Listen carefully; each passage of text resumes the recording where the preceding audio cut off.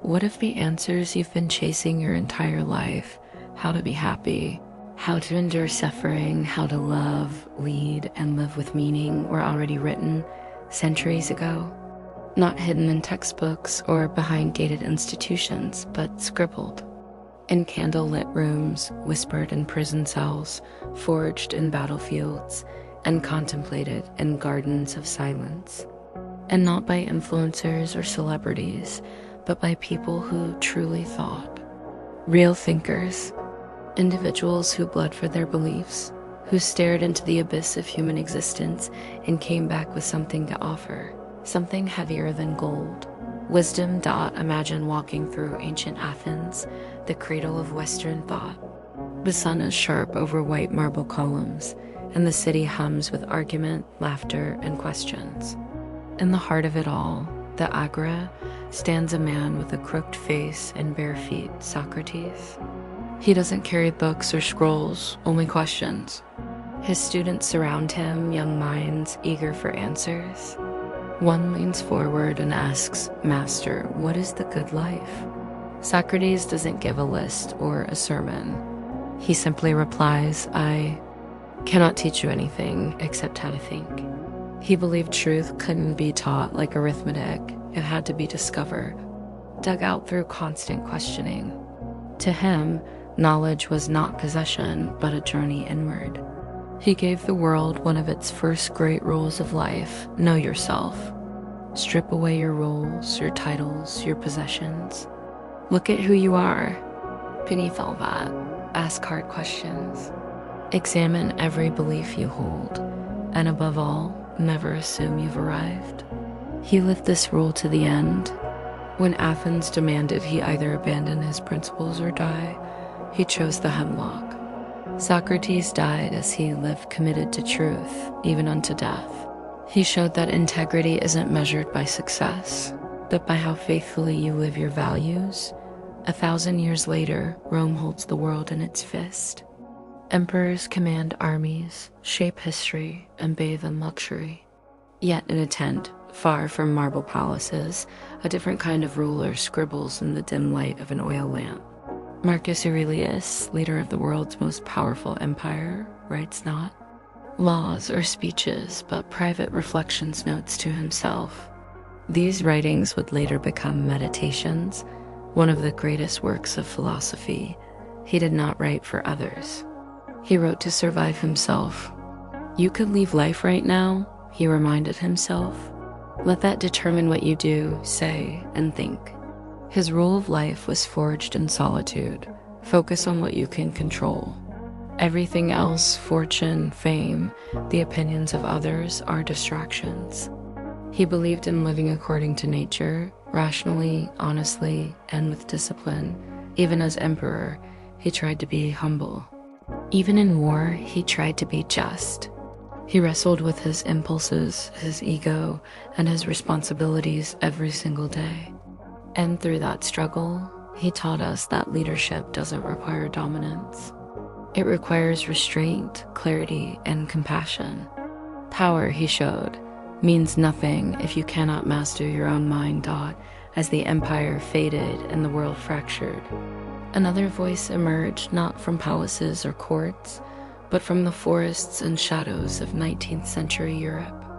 Friedrich Nietzsche walked alone, cane tapping on cobblestones, a storm always behind his eyes. He saw what others couldn't or wouldn't: the decline of belief, the collapse of tradition, the rise of mediocrity disguised as morality. God is dead, he declared, not in triumph, but in warning. He feared that without deeper meaning, people would drift into emptiness.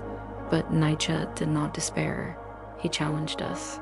He who has a why to live, he said, can bear almost any. How? His rule of life was harsh but honest. You must create your own meaning, not borrow it, not inherit it, but carve it out with your own hands. To him, the greatest tragedy was not pain. It was comfort without purpose. He dared us to go beyond, to become what he called the Bermensch, not a superior being, but a fully awakened one. someone who faces chaos and still builds something beautiful. His was not a path for the faint-hearted, but for those willing to suffer in pursuit of something real. Across the world, a very different kind of revolution was brewing, one wrapped not in fire and fury, but in silence and simplicity. In British-ruled India, a frail man in a homespun garment sat spinning cloth and dismantling an empire. Mohandas Gandhi believed in ahimsa, non-violence, but not as passivity, as a weapon. A fierce, unshakable strength rooted in love. Be the change you wish to see in the world, he said. His rule was not to fight the enemy with fists, but with soul, to challenge injustice without becoming unjust, to confront oppression without hatred. Gandhi showed that the highest power lies in self-control and refusing to let anger rot the spirit. He taught that real revolution begins within, that to change the world, you must first purify your own heart. Through hunger strikes in jail cells, through loss and ridicule, he stood firm. And through his life, he proved that courage need not shout. Sometimes it whispers and still shakes the world. Not all wisdom wears robes or speaks softly. Some comes from those who were shattered and still stood back up. Nelson Mandela spent 27 years behind bars, robbed of his youth and freedom. Every day could have made him smaller, bitter, harder. But instead, it made him wiser, stronger. I learned that courage was not the absence of fear, he said, but the triumph over it.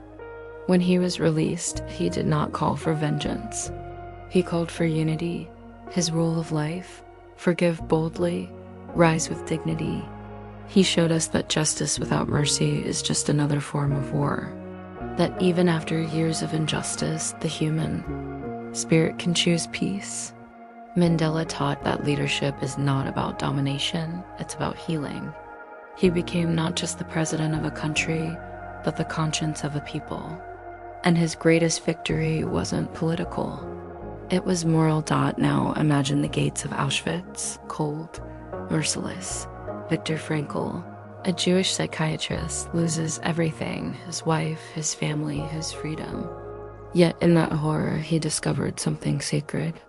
Everything can be taken from a man, he wrote, but one thing, the last of the human freedoms, to choose one's attitude in any given set of circumstances.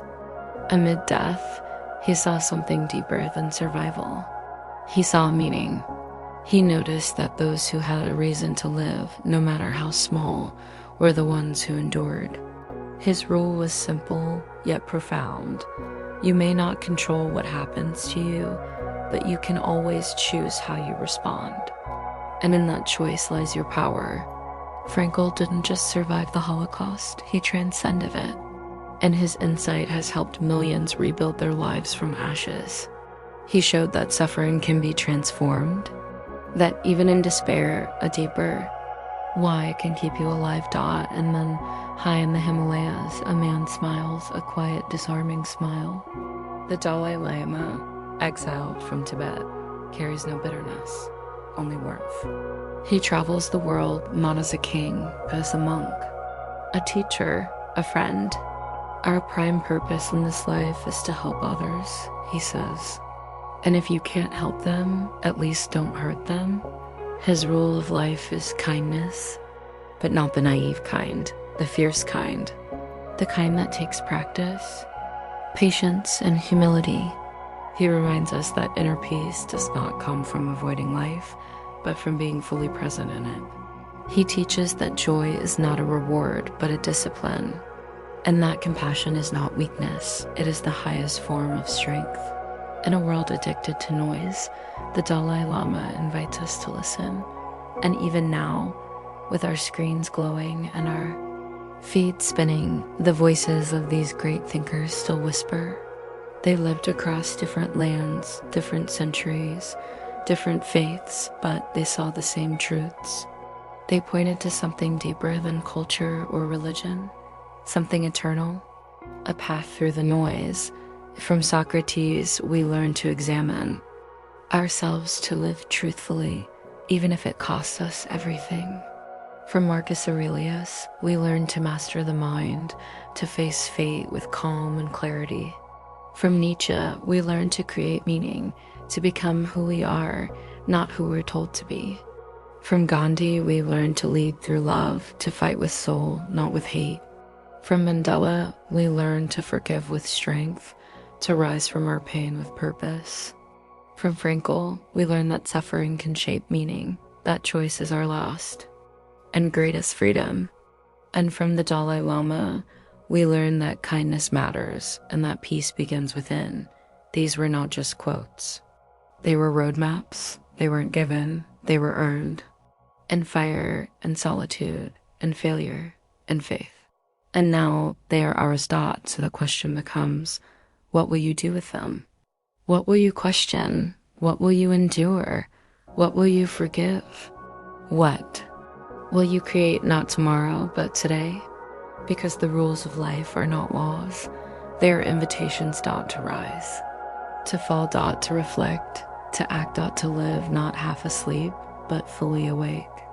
With purpose, with courage, with heart and maybe that's the greatest rule of all live as if your life means something, because it does.